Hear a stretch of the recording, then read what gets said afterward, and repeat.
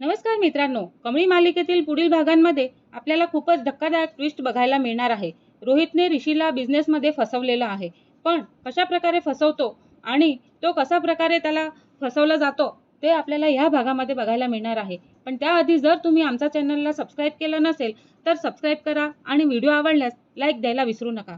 तर आपण पाहतो की इमानदार कंपनीचे ऑफिस आहे आणि कंपनीमध्ये एका मोठ्या प्रोजेक्टचं काम सुरू असतं। नयनतारा आणि ऋषी नवीन टेंडर मिळाल्यामुळे खूपच आनंदात असतात। नयनतारा म्हणते, ऋषी, हा प्रोजेक्ट आपल्या कंपनीसाठी खूपच महत्त्वाचा आहे, ह्यावेळी कोणतीही चूक होता कामा नये। ऋषी म्हणतो, काळजी नका करू आई, मी स्वतः सगळं पाहतो आणि सगळं करेल। त्याच वेळी बाजूला उभा असलेला रोहित मनातच हसत असतो आणि विचार करतो। रोहित मनामध्ये म्हणतो, ऋषी, आजपर्यंत सगळे तुझंच कौतुक करत आलेले आहेत, पण आता तुझी प्रतिमा मी स्वतः खराब करणार आहे। तेव्हा रोहितचा गुप्त प्लान सुरू होऊन जातो।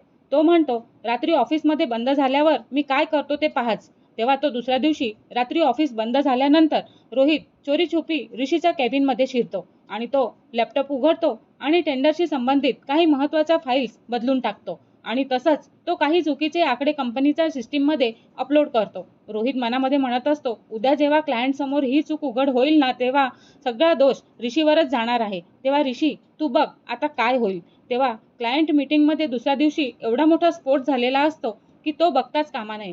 दुसऱ्या दिवशी क्लायंट सोबत मोठी मीटिंग असते आणि ऋषी आत्मविश्वासाने प्रेझेंटेशन सुरू करतो, पण अचानकच स्क्रीनवरती चुकीची माहिती दिसू लागते। क्लायंट संतापतो आणि क्लायंट म्हणतो, हे काय आहे मिस्टर ऋषी, इतक्या मोठ्या कंपनीकडून अशी चूक अपेक्षित नव्हती, हे मान्य नाही। संपूर्ण मीटिंगमध्ये शांतता पसरते। नयनताराच्या चेहऱ्यावरती धक्काच दिसतो आणि कंपनीला मोठा तोटा होतो।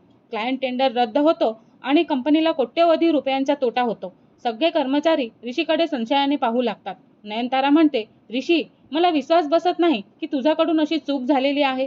तेव्हा ऋषी म्हणतो, आई, मी काहीही चूक केलेली नाही, पण कोणालाच त्याचं म्हणणं पटतच नाही आणि कमळीचा संशय अजून बळावतो। ऋषी खूप खचलेला असतो। तेव्हा कमळी त्याला भेटत असते आणि कमळी म्हणते, ऋषी सर, मला तुमच्यावरती पूर्ण विश्वास आहे, तुम्ही अशी चूक करूच शकत नाही।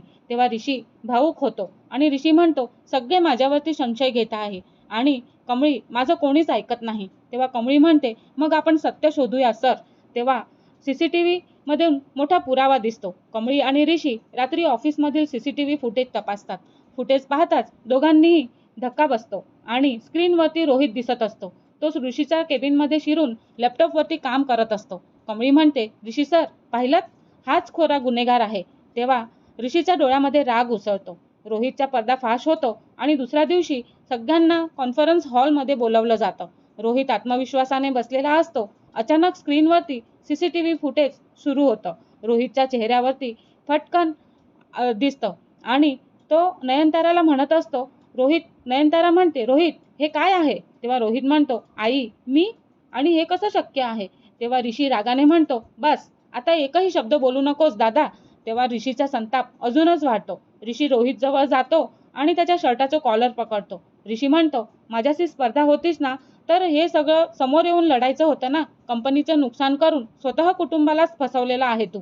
तेव्हा रोहित म्हणतो, सगळीकडे तुझंच कौतुक होत होतं ना, मला कुणी विचारतच नव्हतं, म्हणून हे झालेलं आहे। ऋषी म्हणतो, म्हणून तू इतक्या खाली जाशील असं वाटलं नव्हतं दादा। तेव्हा रोहित मान खाली घालतो आणि धक्कादायक शेवट आपल्याला बघायला मिळतो। नयनतारा संतापाने निर्णय घेते आणि नयनतारा म्हणते, आजपासून रोहितच्या कंपनीशी काहीही संबंध नाही, तो कंपनीतून निलंबित झालेला आहे।